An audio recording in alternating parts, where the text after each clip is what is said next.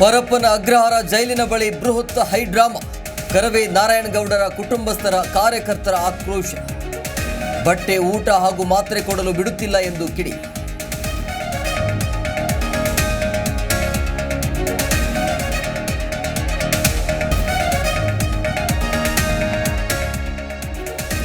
ಕರ್ನಾಟಕದಲ್ಲಿ ಕನ್ನಡ ಭಾಷೆಗೆ ಮೊದಲ ಆದ್ಯತೆ. ನಾಮಫಲಕದಲ್ಲಿ 60% ಕನ್ನಡ ಇರಬೇಕು, ಅನ್ಯ ಭಾಷೆ 40% ಬಳಸಬೇಕು ಎಂದ ಸಿದ್ದರಾಮಯ್ಯ.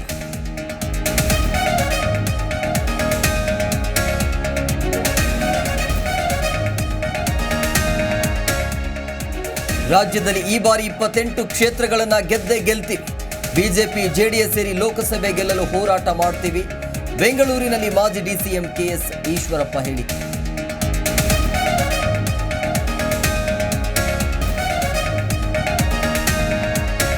ಹೊಸ ವರ್ಷ ಆಚರಣೆಗೆ ಪೊಲೀಸರು ಹೈ ಅಲರ್ಟ್.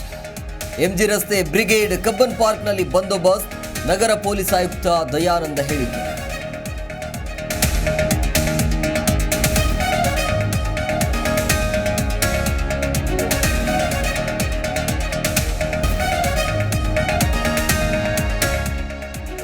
ಕಲ್ಲಡ್ಕ ಪ್ರಭಾಕರ್ ಭಟ್ ಬಂಧನಕ್ಕೆ ಒತ್ತಾಯಿಸಿ ಧರಣಿ. ದಾವಣಗೆರೆ ಜಿಲ್ಲಾ ಕಾಂಗ್ರೆಸ್ ಅಲ್ಪಸಂಖ್ಯಾತ ಘಟಕದಿಂದ ಪ್ರೊಟೆಸ್ಟ್. ಮಹಾನಗರ ಪಾಲಿಕೆ ಮುಂದೆ ಹೋರಾಟ.